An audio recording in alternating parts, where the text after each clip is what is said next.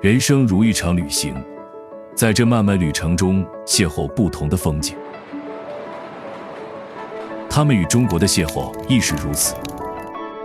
我第一次来北京是2015年的时候，那时候很年轻，21岁。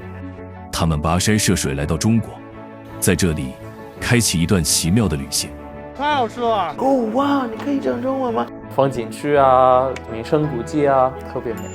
他们寻路中国，进入中国，这样的一个经历是非常有价值的，特别想改变西方人眼里的这个中国。每一段旅程都是一次宝贵的体验，每一次遇见都是一份珍贵的礼物。今天在这里，他们讲述着人生的平凡与传奇。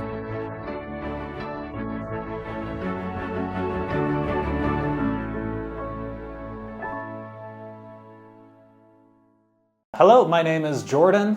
I'm from the United States of America, and I've been living in China for 8 years. I came here to teach drama, which has been a real blessing on my life and sort of the most fun job I could imagine.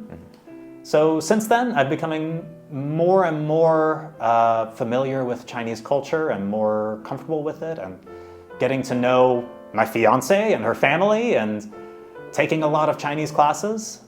I think this has been the best decision I've made in my life.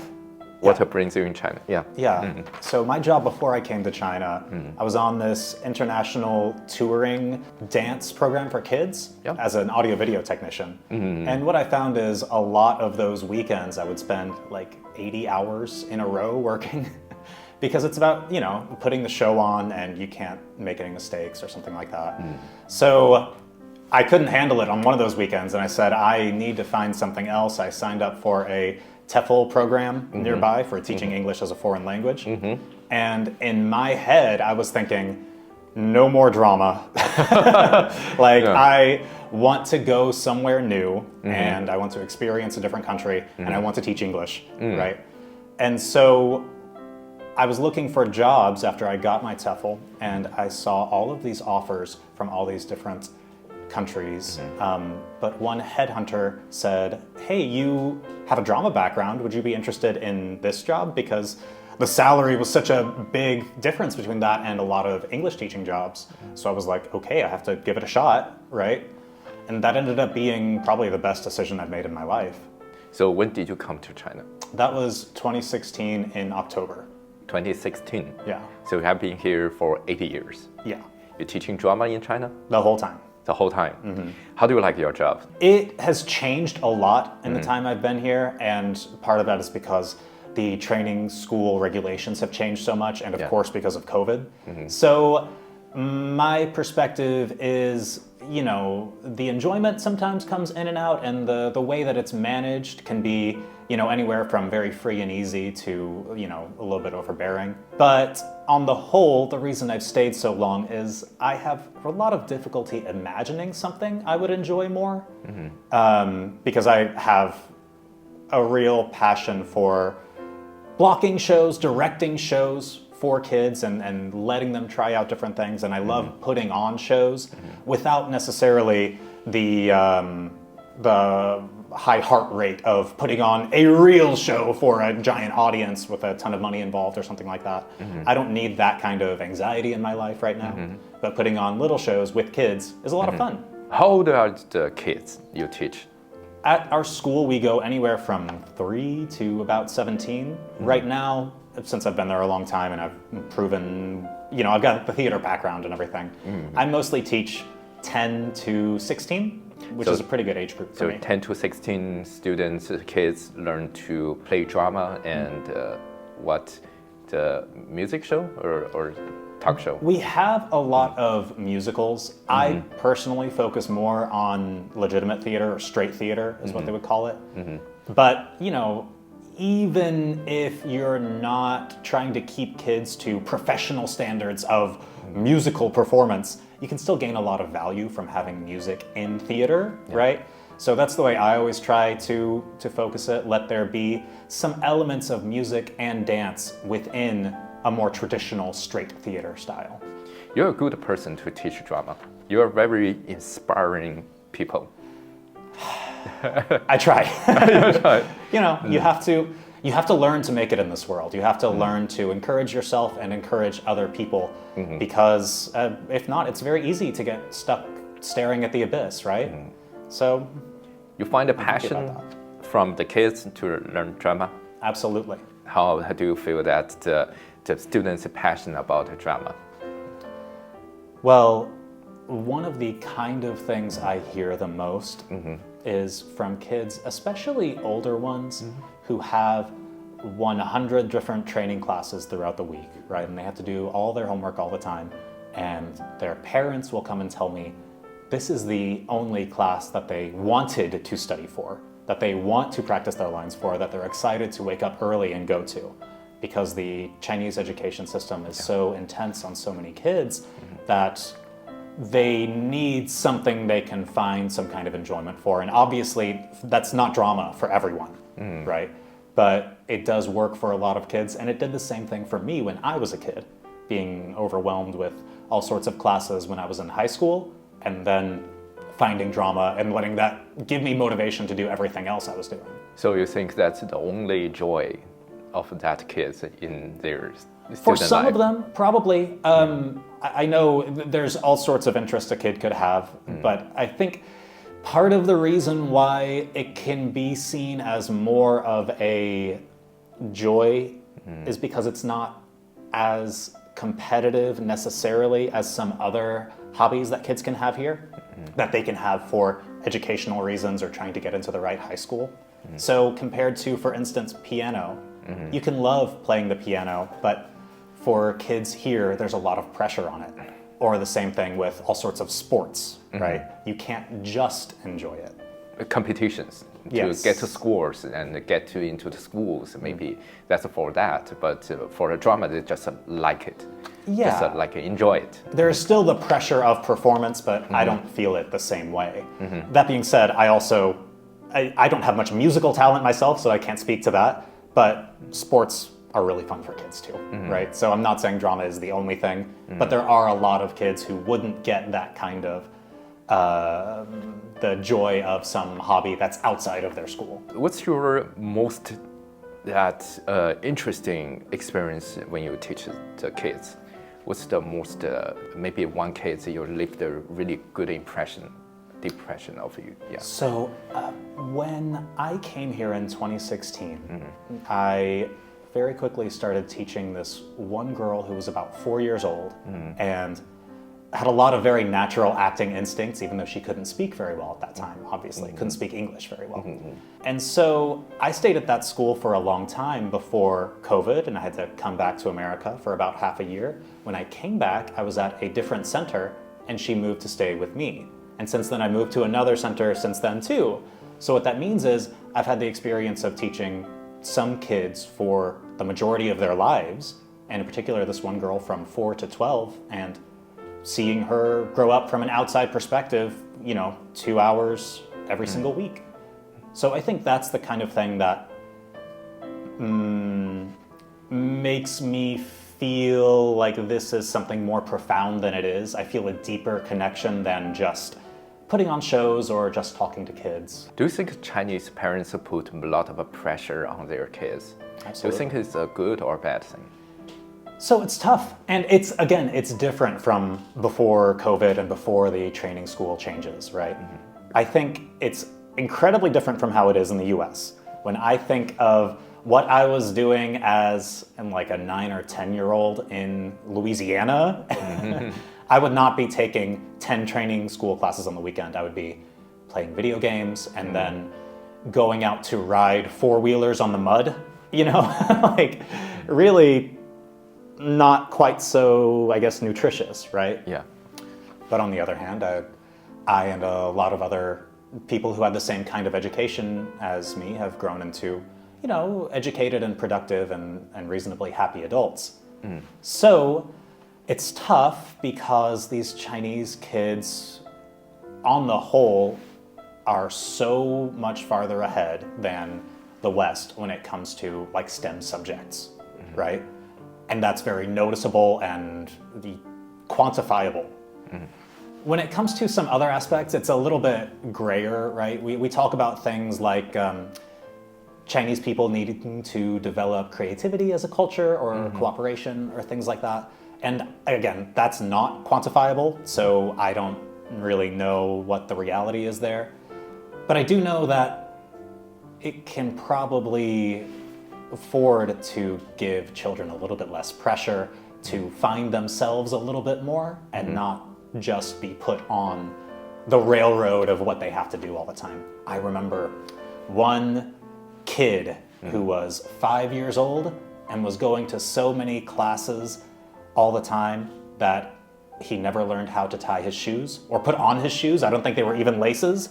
His parents just put on his shoes and, crammed food into his mouth and brought him to the next class where he was not prepared for any of them, right? So I think there has to be a happy medium. Wow, that's incredible. That's incredible. I never imagined that they still have such kind of parents in this age. Right. So just like some drama movies. Tell me more about yourself, maybe your education background, maybe your stories before you came to China. Sure. So for me, I lived the first 11 years of my life in big cities, in New Orleans, Louisiana, and Dallas, Texas. And I found that those places were pretty good for me as a kid because I liked all of that stimulation and always having something to do and something to learn. Then for my middle school and high school, I went to a small town in Louisiana where I began to understand myself much better by contrasting myself with the people around me and the options that were available. So it was a very tough time until I found actually the drama program in my high school, right? So I sort of carried that into a theater degree and then that touring job, right? Basically always with the goal of trying to entertain myself, trying to seek new experiences, and that is what ultimately led me to leave the United States, right, and to come to China.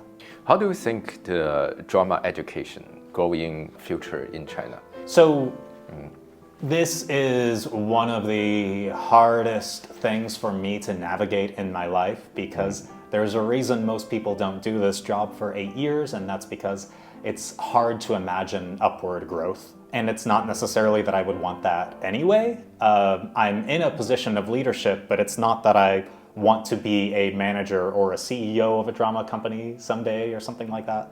That doesn't sound like the way I want my life to go necessarily.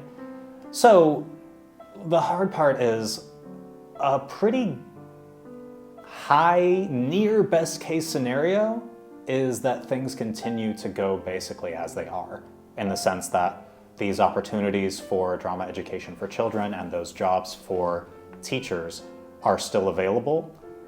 Since those training school changes we've talked about have happened, it's a bit more difficult, right? And so you're now more likely to be competing for those international school jobs, which is just a different style, right? Now, the worst case scenario is that it seems very possible that the Chinese market could decide this is not worth the value that we put on it, right? And as the training schools in China, disappear either from the market or from the government, that people will maybe have fewer options of, the kind of aristocratic premium training that they can get for their kids, and that this would not be the thing that they would pick. Because it is less tangible, because it is less quantifiable, you're not going to see the immediate results so quickly. Yeah. So I sort of grapple with that anxiety all the time of what does drama education's future look like in China? But I do know, and I fully believe with my whole heart, that it is a good thing, that it is a productive and helpful thing for Chinese kids. I'm just not certain that this place in the market is the way it should be. What impact you hope to have students through the drama education? And do you have a specific educational vision or plan? So when we talk about what drama develops for kids, right, it's a lot of different things comprehensively that you don't always see in these other kind of trainings, training facets, right? So as an example, you get more cooperation, which Chinese kids, Chinese education sometimes needs help with, right? The ability to present yourself, the ability to, of course, to imagine yourself as other people and as other cultures, right? General public speaking, all of these things are put together pretty comprehensively, and that's something I really like. I try to focus as much as I can on understanding other cultures and not just viewing every story through your own lens or through the environment that you were brought up in. How do you think drama education can improve the students' skills on the English? Oh my goodness. Oh, wow. Okay, so number one, the classes are entirely in English, so just having more input is the best thing you can do, right? When it comes to language learning long term, more input is always what you want. When it comes to speaking confidently, the idea of learning lines and repeating them every week and hearing everyone else's lines and practicing those, this is a very simple and very effective way to develop the muscle memory of correct speech, correct accent, and probably more importantly, confident output, which is not easy for a lot of new language learners, right? When I look at the adults I know who have college degrees in China and who passed their English tests to get their degrees, right? The level of spoken and oral fluency can be anywhere. It can be from near native to nothing, to literally nothing. And that's because I think a lot of the emphasis at that time was on writing, reading and writing, right? So drama specifically is so much more focused on that output and listening to other people and confident speaking. I think it's a very natural fit with language learning in general, and I would love a Chinese drama class for English-speaking adults. How many years did you spend in Beijing? 8 years, the whole time. 8 years. Yeah. And how do you like Beijing? And any interesting experience you happened in Beijing? Oh my gosh, yeah. It's a wonderful place. So Beijing is big and beautiful and stimulating in those ways that I like and that I want to be in a big city, right? On top of that, it happens to be incredibly safe, right? So that's not something you can just throw away. If you get used to it here, you might not think about it anymore, but going to any Western big city, you don't have that same feeling. I would not describe Beijing as the most international of cities of these sizes. My experiences in other Western metropolises or the other big East Asian metropolises, right? I think that Beijing is a little bit more Chinese and maintains a lot of that culture, which is obviously a good thing, right? But there are pockets for anything that you want. There are niche groups of any groups of foreigner or any kind of hobby for even things that are not popular in China at all, right? So even though I don't consider this a super international city, I have met so many thousands of foreigners from every single different country you could imagine. And if I want to find some group of people doing a not necessarily like Chinese cultural practice, I can still do that. It can offer you whatever you want. Final question, what's your initial impression of China and how they differed from now? Well, I want to start with any foreigner coming to China is going to come in with their preconceptions based on whichever country they were from. And coming from America, you hear a lot of things about China when the truth is, as I go back and speak to Americans, it turns out they didn't know anything they were talking about, right? So my first impression was that it was going to be, I don't know, maybe cold and competitive and just packed with people all the time and not like a chance to maybe express yourself or something like that. And just basically couldn't be farther from the truth. I've met so many kind people here, whether that be the foreigners or the Chinese people who can speak English or even Chinese people who can't, right? So I have found a a country that has been very, very kind to me, even in spite of, geopolitical relationships, right? I have found people that are very smart and educated and friendly.